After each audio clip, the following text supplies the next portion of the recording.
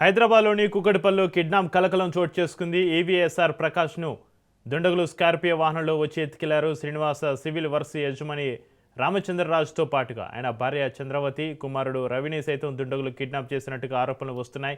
20 లక్షలు ఇవ్వాలని ప్రకాష్ను కిడ్నాపర్లు డిమాండ్ చేశారు. మరోవైపు రామచంద్రరాజు కుటుంబ సభ్యుల నుంచి చెక్కులు, ప్రామిసరీ నోట్లపైన నారాజు అనే వ్యక్తి సంతకాలు చేసుకున్నట్టుగా పోలీసులకు ఫిర్యాదు చేశారు. విషయం బయటికి చెప్తే డ్రగ్స్ కేసులు ఇరికిస్తామని బెదిరించినట్టు తెలుస్తుంది.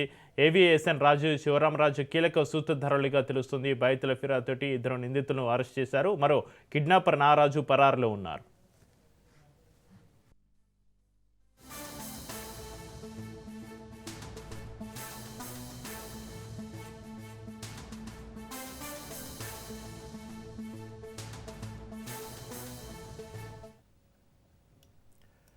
హైదరాబాద్లోని కుకట్పల్లిలో కిడ్నాప్ కలకలం చోటు చేసుకుంది. ఏవీఎస్ఆర్ ప్రకాష్ను దుండగులు స్కార్పియో వాహనంలో వచ్చి ఎత్తుకెళ్లారు.